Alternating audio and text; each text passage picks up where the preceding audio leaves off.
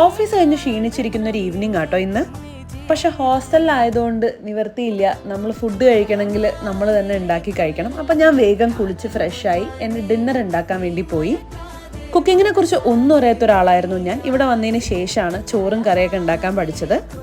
എനിക്ക് കുക്കിംഗ് ഒരുപാട് ഇഷ്ടമുള്ള ഒരാളൊന്നുമല്ല, പക്ഷേ എനിക്ക് ഈ ഒരു കാര്യം പഠിച്ചത് നന്നായി എന്ന് തോന്നി. കാരണം എവിടെ പോയാലും നമുക്ക് പട്ടിണി കിടക്കാതെ ജീവിക്കാനുള്ളതെങ്കിലും അറിഞ്ഞിരിക്കാമെന്ന് വിചാരിച്ചു. അപ്പോൾ ഇന്നത്തെ എൻ്റെ ഡിന്നർ എന്ന് പറയുന്നത് ഞാനൊരു ബീൻസ് തോരനാണോ മെഴുക്കുവരട്ടിയാണോ എന്ന് എനിക്ക് കറക്റ്റായിട്ട് അറിയില്ല.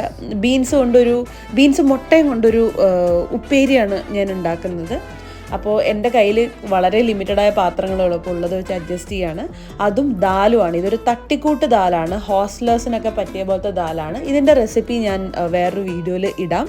ഭയങ്കര സിമ്പിളാട്ടോ. അപ്പോൾ ഈ ദാലും ചോറും ബീൻസും മുട്ടയും കൂടെയുള്ള ഉപ്പേരിയാണ് കഴിച്ചത്. അപ്പം നല്ലൊരു ഡിന്നറായിരുന്നു. അപ്പോൾ അത്രയേ ഉള്ളൂ. ടാറ്റാ.